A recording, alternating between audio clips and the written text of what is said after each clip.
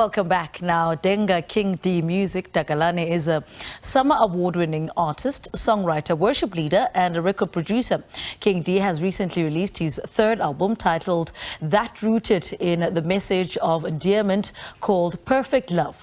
The 14-track offering features tracks such as Fire, Miracles, My Worship, Faithful and Child of Heaven, to name only a few. Well, King D is in the studio with us to tell us more about his body of work. Good morning. Welcome to Morning Live. Good morning. Good morning. So good to have you. I mean, tell us about who King D is and how you broke into the industry. Real name Denga Takalani. I grew up in Venda, in Venda, and then came this side to the side of Gauteng, to pursue my career in marketing, and then like in 2014, 2015, that's when I started taking my career really serious, and I think the most important years for me, like in my career, have been like from 2019 to this point. Yeah. Why was that? That's when I started getting a lot of recognition and getting a lot of support from South African media, and more than that, and people just discovering the music that I've been putting out and just supporting. Yeah. How's the music been doing though since you started out in 2019? Amazing. Yeah. No, it's been doing well. Like I get a lot of support outside South Africa as well.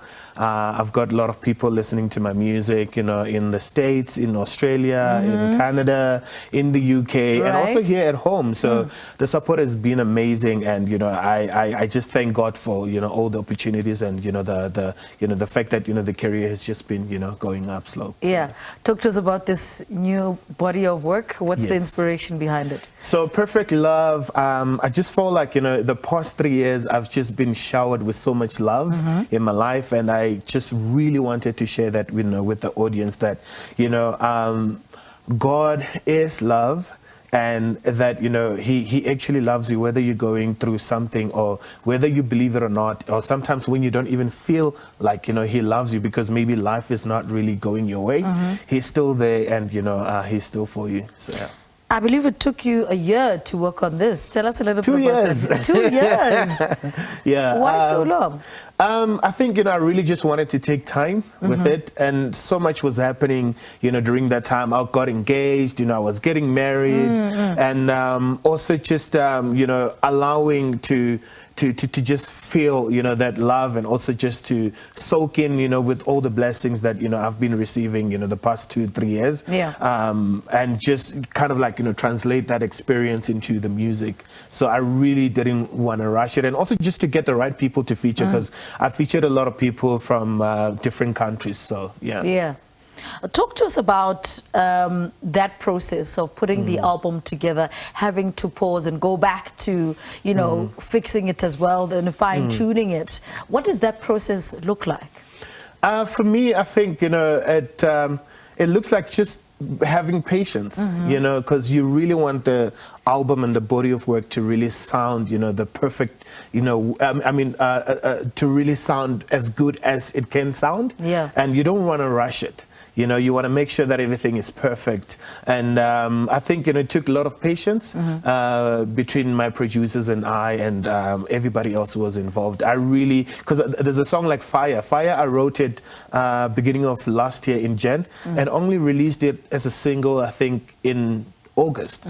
But normally sometimes when I write songs, like I just want to release it as quick as possible, but I really just set on a lot of music on this album, and I think it was worth it.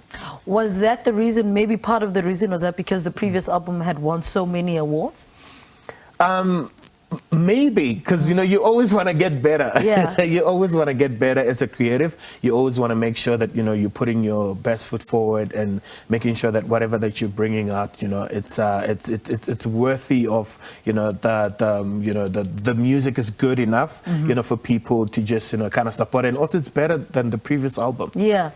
Is it when you reflect and you look at this is the work we did on this one, this is what we did. What do you think you got right with the previous album? I think the previous album, I really got the sound right, because, you know, the Summer Award-winning album, Denga, it was self-titled album.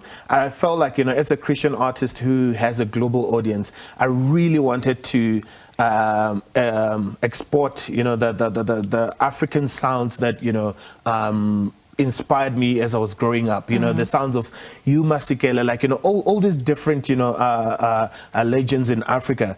So it's got like a bit of, you know, Afro beats, you know, Afro house, everything, but, you know, all the music, you know, is still gospel or Christian music. But, you know, I felt like, you know, we really got the sound right, because, you know, it sounded exactly how I wanted it to sound. Is that the way to go, though? The key to selling albums, to making it a bit more, you know, to appeal to a younger market, you know, the Afro beats that you spoke about. Do you think that's the key to, and that's where the direction that gospel is going?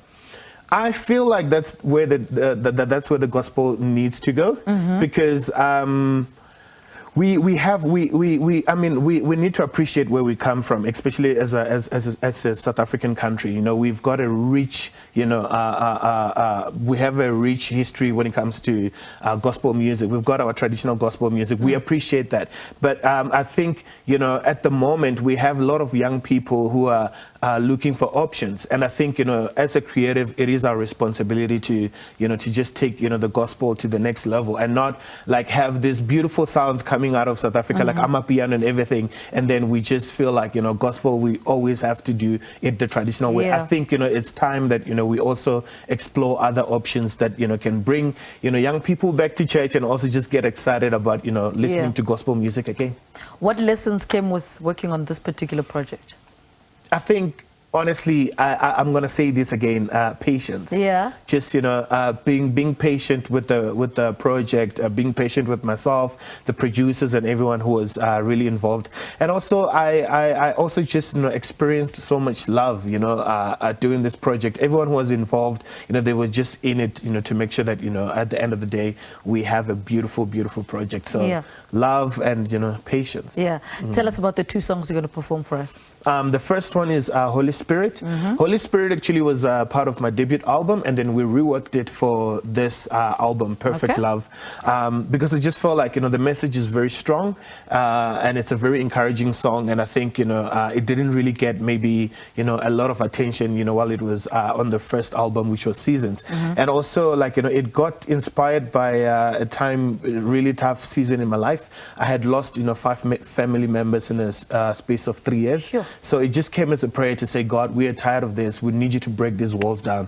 We want to see you move in our lives. And then King of Glory was inspired by, you know, just a Christmas season.